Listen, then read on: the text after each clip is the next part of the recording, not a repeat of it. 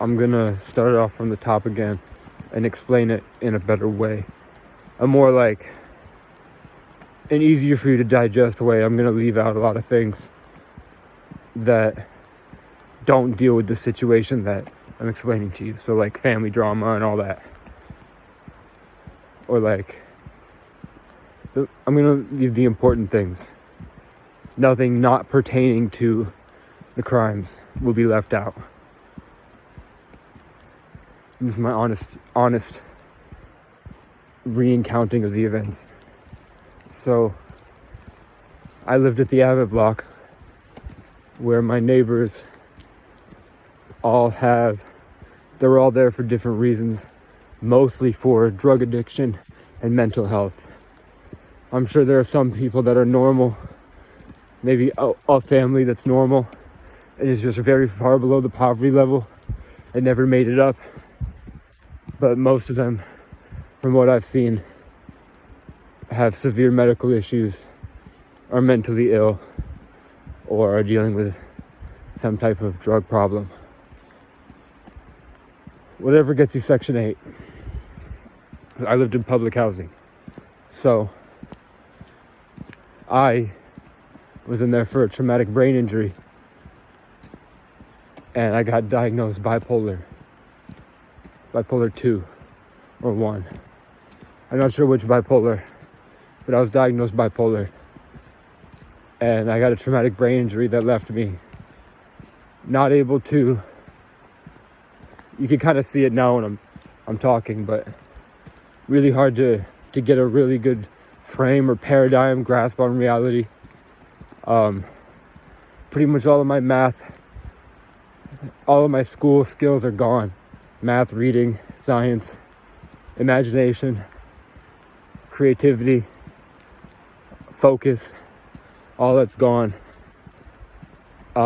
It's been like that. It used to be a lot worse because I haven't had years of dealing with it. So I was emotionally damaged. I'd get really angry that I just couldn't do what I used to be able to do. So I would have autistic meltdowns where I'd kind of just like, I'd be slamming my head against the wall. I'd be like walking around in circles crying. I'd be like, I tried to kill myself 3 times because I just got sick of it. I got sick of fighting to be myself and having to do that with the narrative that I was disabled because my mother, who's actually diagnosed with all these mental health issues, and I'm pretty sure she's schizophrenic just from being around schizophrenics my whole life. My mom is a schizophrenic narcissist. She'll never admit it, but I'm pretty sure both my parents are. They're just too diluted and stuck sitting in their home watching alien conspiracy videos to say anything different. So, I, at the same time, am a really talented music producer.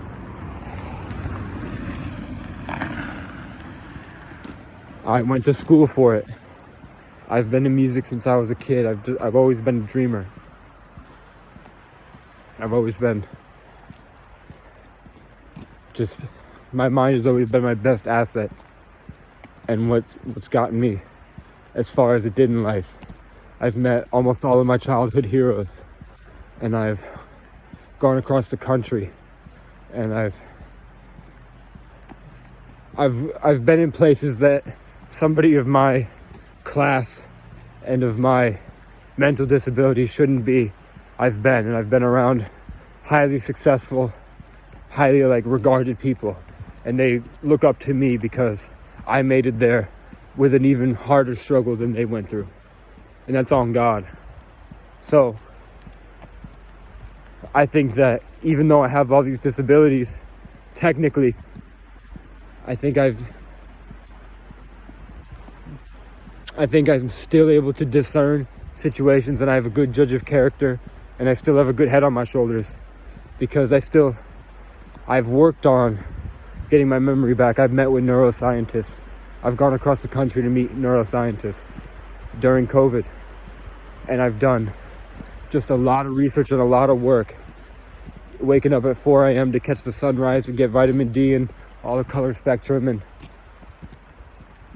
fasting until my body's completely cleaned out and starting from the bottom and just building myself back up the best that I can. And working on PTSD by facing my fears and going out and doing all these things. I don't think my character, my morals, or my mind, the integrity of my mind and character and all that should be questioned. So what I'm telling you is that my neighbors who have mental disabilities all started having problems with me the better that I got, it seemed. As my whole spirit would elevate, would get happier, would get more gleeful when I got more in touch with God, when I got my head more centered on my shoulders, I started having a vision towards where I wanted to go. I was on my purpose and I was working hard 12, 14 hours every day towards it. Then all of my neighbors, the ones with the bad mental health disorders, including my parents, including my friends, the ones with the worst mental health disorders, started to take it out on me. They started to target me. They started, even though my music is at the same, this is the first charge, my music is at the same volume because I'm a certified studio engineer. I keep all of my equipment at the same volume to produce the same mix so that the songs all get the same level of quality when I push them out. And it's been like that for 4 years. For 4 years it's been like that. But only when I started doing great, having breakthroughs, there's ducks. There's ducks. You probably won't see them. But I got some ducks. They're quacking out there. I'm gonna send this to someone. So when you get this is for you. I hope you listen. So the first charge. Oh, this is so fucking beautiful. Pardon my French. The first charge, my neighbors, what I said is that all of a sudden, on those days where I'd have, especially the days where I'd have major breakthroughs, my neighbor would come out and start to have a problem with my music. I don't know why. Oh, this is where it comes out.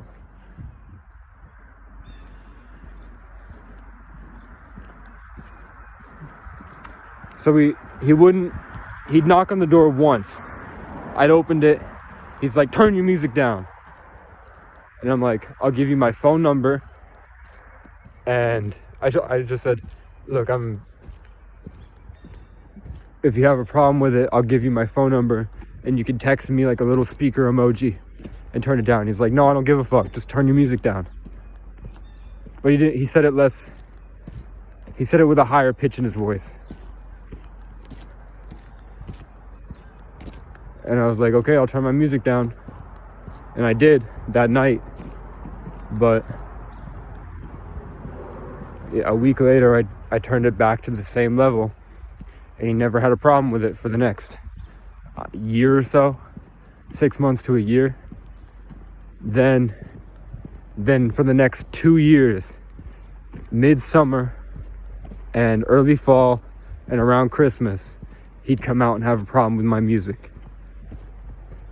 I kept the volume the same.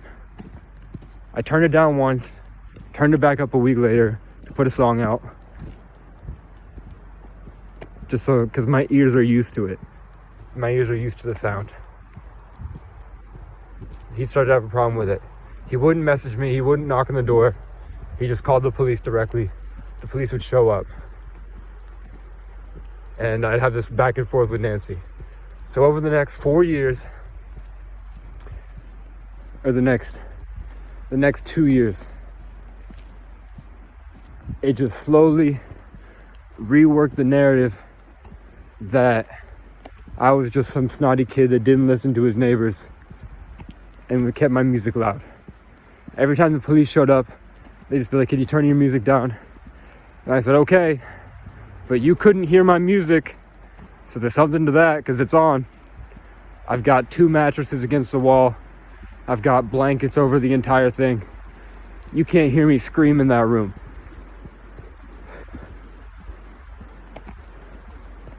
So But they kept coming back. Every time they came back, they were angrier with me. They were just more aggressive every time. They were sick of coming to my house about the music. And because during the holiday season, I never turned my music up, but I just didn't turn it down. Because I knew he didn't have a problem with it for the volume reasons. I think he was alone on the holidays and needed somebody to take it out on.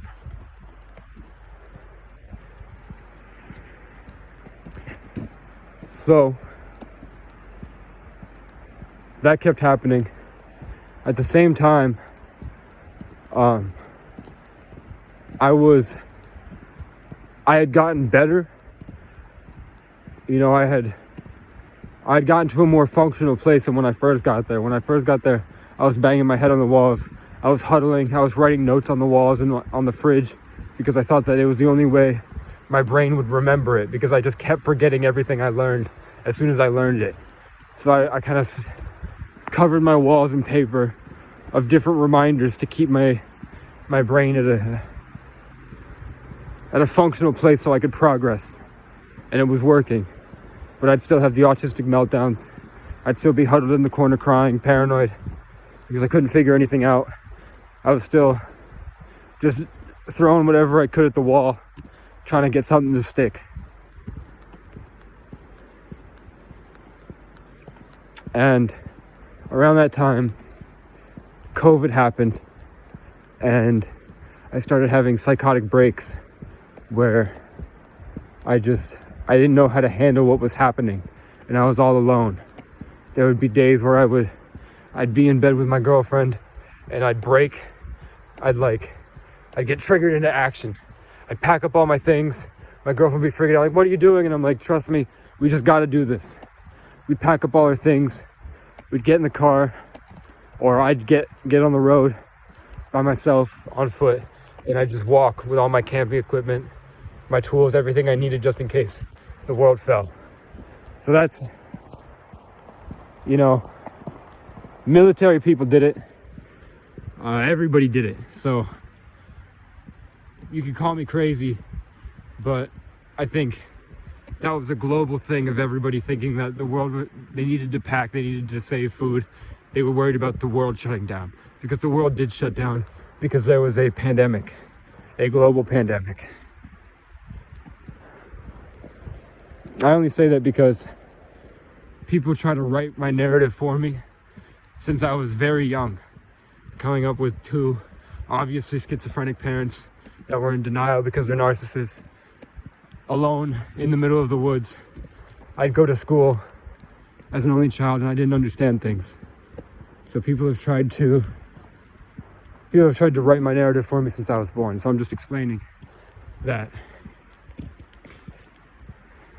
So that's where all the noise complaints came from.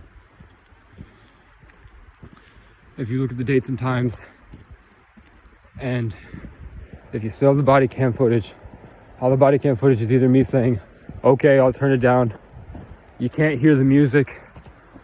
How do you even know my music's on? And just explaining what was going on with my neighbor.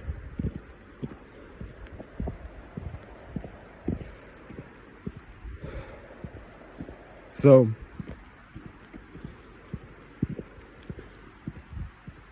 the simple assault charge came from, I had one of those psychotic breaks where I was paranoid. I didn't know what to do. I was alone. Because of my TBI, my traumatic brain injury, I was having trouble, untreated. I was having trouble just working my mind around in a way that was letting me function back in society. That also was going crazy and didn't understand how to function. So I'd go in public and everybody would be wide-eyed, terrified, looking around at each other, not understanding what was going on, confused, like animals that had just been let out. Like the cages opened and animals were free for the first time. And nobody knew what to do. Everybody was terrified. And I had a physical inhibition. So my neighbor came to me and was like, I know what's going on with you. I'm a psychic. I'm a spiritual teacher. I've studied in the Indian reservations of Arizona my whole life, and I'm a certified shaman, and I make a living teaching all these people I can help you. And I was like, okay, because my parents looked up the same things on the internet. So I was already accustomed to believing it, and I've had spiritual experiences myself with God, which I believe in. And so I listened to him. I let him take me under his wing, and he tried to teach me things. But after a while, I realized all he really was teaching me was how to act like a gay man, because this man was flamboyantly homosexual. And it turned out that all he wanted to do was get me high and touch me, which he did. And I didn't beat his ass. I just got up and left and never spoke to him again. But it was, for somebody that was in the mental position I was in, I didn't know how to cope with it. So it was a lot of me sitting in my house wanting to hurt him, but knowing that I couldn't. Because I had already had the narrative that I was a snotty kid that plays his music too loud, and the police hated me. So I didn't do anything. I told Nancy about it, I told my landlord about it, and she did nothing. She just blew me off. Metaphorically. So, time goes by. I have a big meltdown in my house, which wasn't happening often then. This is a while later. I'm having a big meltdown in my house about how I don't want to end up like my parents, and how I don't know how to handle what happened to me. I was molested, and the abuser was less than 100 feet from me, and he would take his dog and he would sit outside my apartment and just act, knowing the way he spoke and acted to all the people was knowing that I was in there listening and showing me that he didn't care. It sounds paranoid. I don't care. I know what he was doing and he knows what he was doing. Because we're both paranoid schizophrenics, maybe. Or maybe I just have a high enough IQ to understand with my brain damage. Either way, he would sit outside my window of my apartment. He would play his music really loud and hang his head out the window and scream his music and sing. He would, every time I had friends over, he would talk to them before they came into my house. He just made it clear that he knew I couldn't do anything about it. So it was torture for a long time. So I didn't have a meltdown, I had a breakdown. And I cried about it. And my other neighbor, the one that called the cops on me a lot, wrote me this long note about how I'm a big child and how I should just grow the fuck up and be an adult. Which is funny, coming from a man almost twice my age who just sits in his house all day. So the next time I saw him, I bumped into him in the hallway. Not as hard as New York City, not as hard as a football field, not as hard as even just walking and accidentally bumping into somebody. I just bumped into him on the way by. Just to show him, I didn't want to give him any time with the conversation. I didn't want to give him any sort of anything that made him think that I cared more than just bumping into him in the hallway.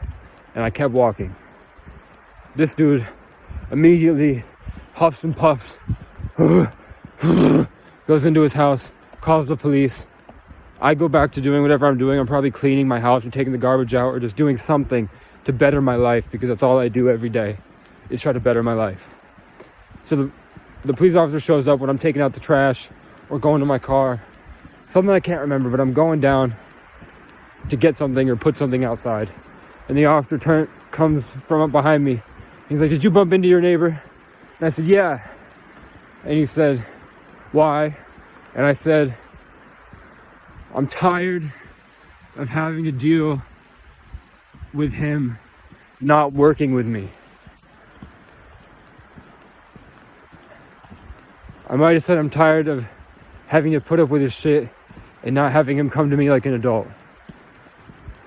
That was the intention of what I said. That's what got displayed. I don't remember the right words I used, but that's what was said. And he didn't see any footage. That's all the evidence he got at the time. He walked with me outside and he said he was giving me a citation and he's going to refer me to a behavior class for anger management. I said, okay, there's nothing I can do about it. I told him that local kids in town have started harassing me, have started sitting in my parking lot, have started sending me threats on the internet, have come to my house and broke my side mirror, and several times they sat in the parking lot and watched me through the window. And I didn't know about it until he came to my house to accuse me of things that happened 3 years ago. And he just blatantly brought up, like, I've been sitting in the parking lot watching you through the window. Okay. I told them that. I told him that I wouldn't snitch on him. I didn't give a name. But I told him it was a gray coupe because he was about to go look at camera footage. So I'm like, if you go look. Oh yeah, somebody also broke into my car and stole my nice coat that was a gift from somebody that won't be alive much longer. And a nice gold chain that is probably one of the most expensive things I own. Someone broke in my car and did that. So I reported both of those. I told him to look for my car while he looks through the footage. While he's here, because he might as well. And they just laughed and walked away. You could see it on the body cam footage. They just blew me off. So, but at the time of the citation, Washburn didn't see any physical evidence. He just got me saying I bumped into him. And me saying I'm sick of his shit.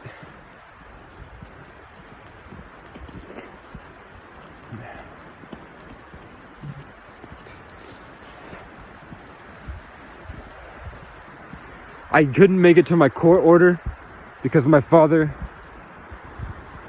couldn't make it to my court order because I had COVID, because my father had quit drinking for 4 days and sent the police to my house because I wouldn't open the door for him. So he sent the police to come into my house, which they did illegally. They had the maintenance guy open the door without a warrant and no probable cause, because everybody that was involved had my phone number. The premise was they needed to check on my health, even though nobody messaged me on the phone. I hadn't sent any text saying like, oh, I'm gonna do something terrible. I just ignored my drunk father while he's drunk because I don't deal with it anymore. I've dealt with it a long time. So we sent the police in and the police came in illegally. And I told him that, you can check the body cam footage. I said, it's hard to focus right now, but I am pretty sure you need a warrant to come into my house. And after that I got COVID. So I couldn't make it to my court date because my nose was running. I had a fever. It felt like there was metal in my head. All my traumatic brain injury symptoms came back up again. I wouldn't have made a good impression on the judge. And I probably would have been who knows what, because I would have showed up with COVID, which I'm pretty sure is a crime. So I called the judge and I emailed the court and the judge a few times that day. And I think I called them a few hours before the trial, and I called them during the trial, and nobody answered. Nobody got back to me. I got the behavior class referral in the mail. So I figured, okay, I guess I got not guilty with the behavior class. They just settled it there, but nobody spoke to me. Because I got the behavior class, which means they acknowledged that part. So I didn't know there was a warrant for my arrest. But I got evicted anyway. So I got evicted. I lived with my mom for a week. One night, I went out to my car. I wasn't fighting with my mom. We weren't going back and forth. There wasn't any arguing. My mom is just a negative, untreated schizophrenic person who sits on YouTube all day and watches alien conspiracy videos and then calls me crazy and tells me I need help for talking to her about the schizophrenic alien videos that she watches, because I agree with some of their points. So I'll tell her something she'll watch on YouTube and she'll think I need to be hospitalized, and she'll call all my friends and the school and everybody she can, because it's the only thing she has in her life. And she'll be like, I don't know what's wrong with my son. He needs so much help. Can God please help him? Somebody help him. And then she'll watch a video of somebody that will act worse than me or say crazier things. And she'll be like, that person's so smart and so brave. I need to learn from him. And it's just some crazy tinfoil hat, 19-year-old kid in his room screaming at a YouTube computer. And she'll be like, wow, God really is good. God is illuminating these minds. And then I'll say something kind of on edge, practical, but more practical, something that will help her. Like I'll try to rework what she says into a way that gets her out of the house. I'll be like, you know, if the government is making an artificial sun and all this blah, blah, blah, blah, blah, they'd probably put in a way, I won't even say it, but it was just saying that it'd be beneficial for her to go out and read a book in the sunlight. And she thought, she was like, she just blew it off like I need help and I'm schizophrenic. So I was like, Mom, I'm leaving tomorrow. I can't stay here anymore. I went out.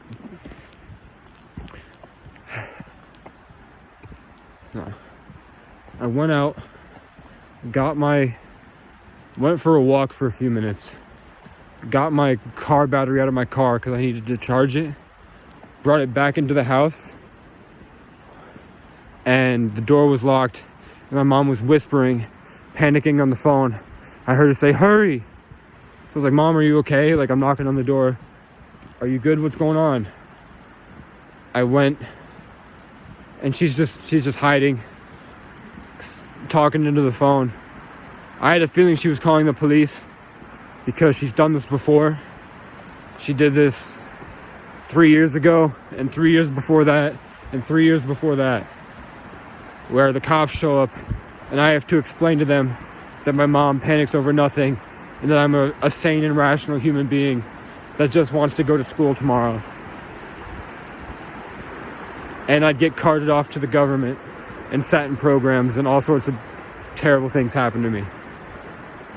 So my mom did it again, but I went around the building, I pulled the screen door off the window, I tried to open the window and she locked it. I wasn't trying to run in and jump at her or anything. I was trying to open the window and be like, Mom, are you okay? I'm not gonna hurt you. Whatever's going on, we can talk about it. But whatever.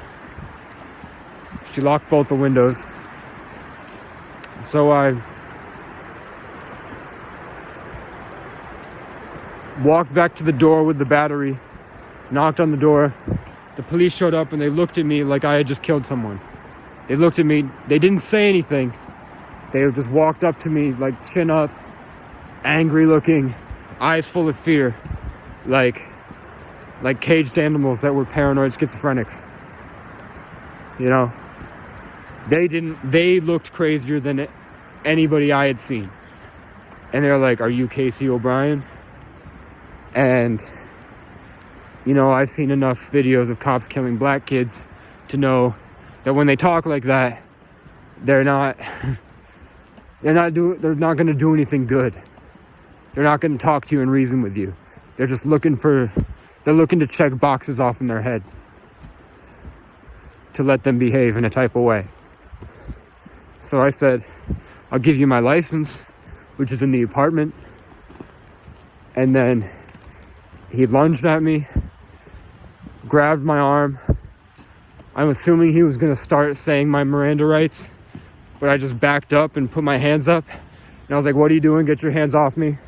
And then they both jumped at me, threw me against the door. And I'm not hitting them. I'm not yelling. I'm calm.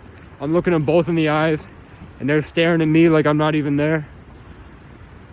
And the only thing I said was, look at yourselves. Look what you're doing right now. And then one of them pulled out pepper sprayed me, threw me on the ground, arrested me, and then carried me out. And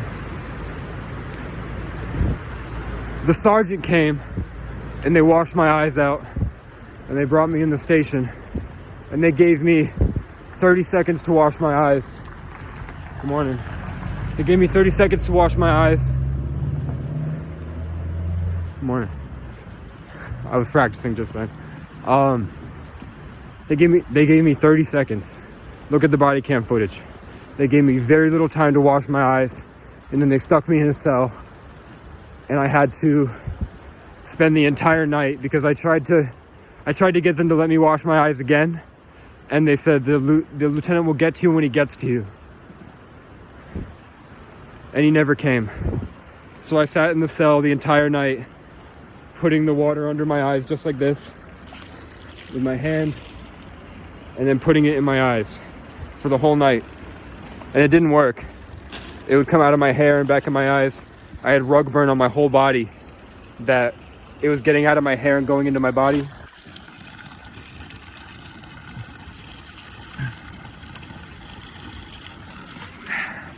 I love spring water.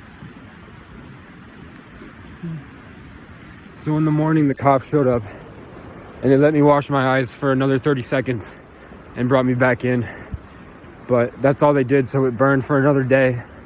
So for 24 hours, I had pepper spray in me. I couldn't sleep. Then they brought me to the court. Every officer I talked to talked down to me and treated me like I was crazy. I got to the court. The therapist pretended to give me an analysis, an intake or an evaluation. Like they asked me questions, but they weren't listening to my answers. They were just checking boxes. I told them what happened, and the public defender said that she would help me. She'd be on my side, and she'd ask the court for the body cam footage.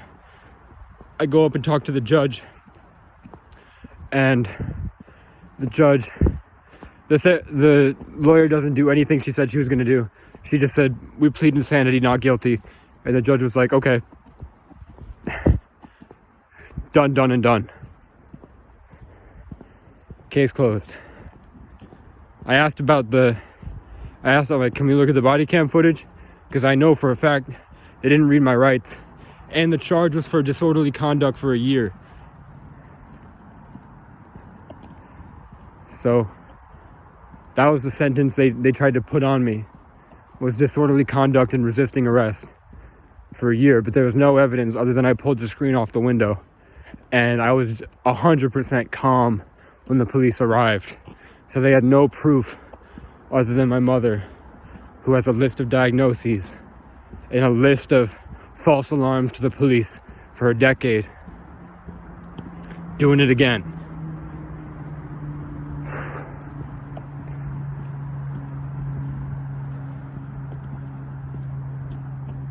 So I don't know what to do about it. What they did was wrong. Every police officer I spoke to said they'll never turn on their own people. They'll never be like, that was terrible. Used to get justice for it. They just said, that's really excessive what they did.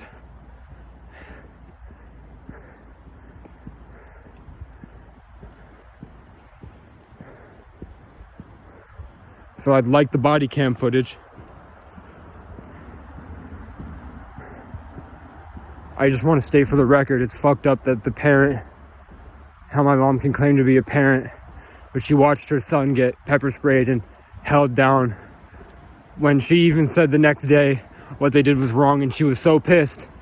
But all she did was stare through the peephole at me and then come out and say, he needs help.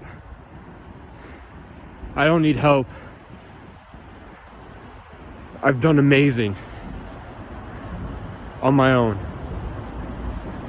The only help I need is to get where I need to go, and for people to leave me alone.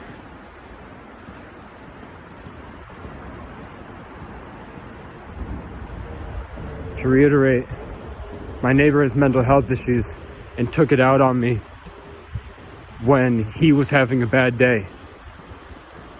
My music has not increased in volume in 4 years. It's been the same volume because that's a set standard. I've got a marking on my Scarlett Solo USB audio interface so that it's the same amount of levels, so that my mix has headroom, because I'm a certified studio engineer and mixer, and a talented one. The next thing is that people came to my apartment, harassed me online, spread false rumors about me, and slandered me to the public that ruined my reputation.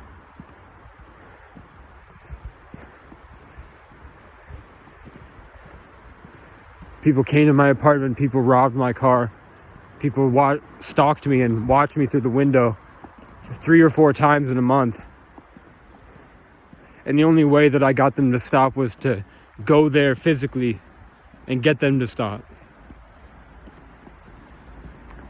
I haven't completely recovered, but I've made major progress, almost unheard of progress, outside of videos you see on YouTube, of somebody that had a severe traumatic brain injury. I've met every single one of my childhood heroes, save for a few that I'm meeting this year. And I've had to deal with this my entire life, of people exaggerating and rewriting my narrative to down me, and then me having to persevere through that and take control of my life in the situation and be a leader in my community, just to have more people do it and more people do it and more people do it in smarter and harder to do ways. I did bump into my neighbor. I'm not disputing I'm disputing that it's a simple assault, because a simple assault says that I should have threatened his life, which I didn't. It was a lot. Look at the footage. I could have easily just said, "Oh, sorry, man, I didn't mean to," and walked away. And he would have taken nothing of it. But I was mad, so I walked back into my room. In New York, when you're walking down the street, you bump into people a lot worse. The cop didn't see any footage until after he gave me the citation.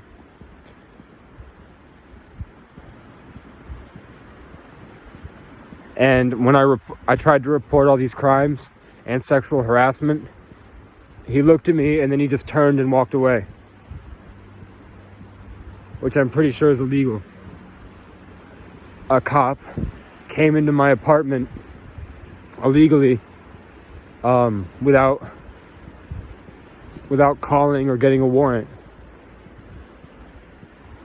which is illegal. I wasn't in danger, and there was no reason to believe I was in danger.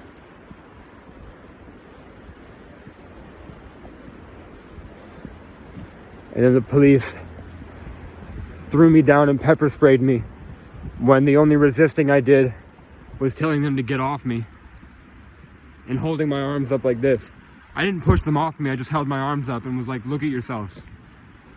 And they tried to give me disorderly conduct and resisting arrest. And they pepper sprayed me and left me in a cell with only 30 seconds to wash my eyes, and then they never came to help.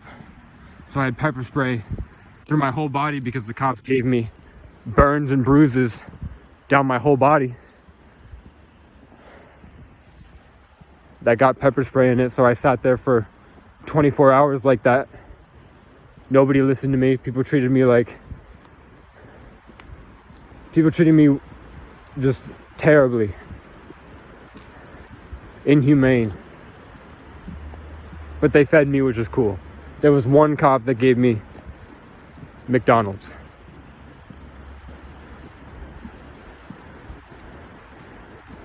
Then the lawyer lied about getting the body cam footage. And now I don't know what this petty larceny charge is for. Nobody explained to me what it is. I'm going to court and I don't know what it is. So I don't know how to defend myself because I don't know what the petty larceny is for. I haven't stolen anything. I did move out of my apartment, so I took everything that I owned out of my apartment.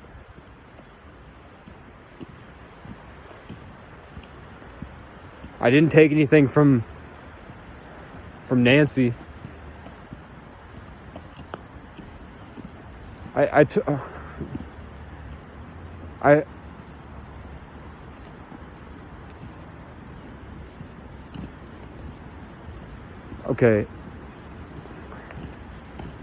Okay, so my grandmother gave me this thing. It's like a hand. I think it's a mudra. It's got an eye on it and a little string. My grandmother gave it to me. I gave it to one of my neighbors, the spiritual teacher neighbor, and then I took it. I didn't take it back. I gave it to my spiritual teacher neighbor, and then he tried to touch me and molest me, so I never got it back from him. And then about a year or so later, I saw it hanging on my neighbor's door, and I didn't do anything about it because I didn't want to talk to him. But on my last day there, I took it back because it was my grandmother's, and she's dead now. So I'm sure that's what it was, now that I think about it. And I have no way to prove that it was my grandmother's. I have no way to prove it's mine. If you look at the footage, you're just gonna see me taking it off its door. So it's my word against his, and you have evidence showing me do that. But that was mine. If you ask him, he'll say he got it from Henry, and Henry won't admit where he got it from because he'd have to admit, or it just put him more in jeopardy of involving him with me, who he knows has talked to the police about him getting me high and trying to molest me.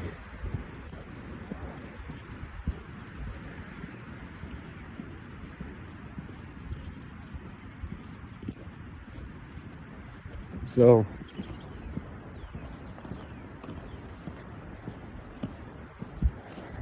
please go easy on me. I've been through a lot.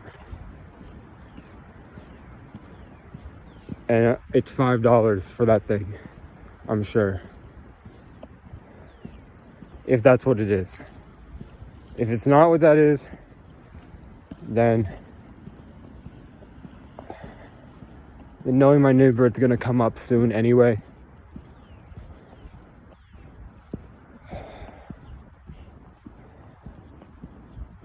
I don't know how to dispute that, but I'm gonna send the link to the court so you can watch this. If you made it this far, thanks for listening. I don't know who to talk to about the body cam footage. I don't know if there's anything I can do about what happened to me, but I want it to be known that the Brattleboro police did a really shitty job and treated me like shit. Treated me unfairly and didn't get my perspective on the situation. And now I walk around feeling like a piece of garbage when all I've done is work really, really hard to better my own life.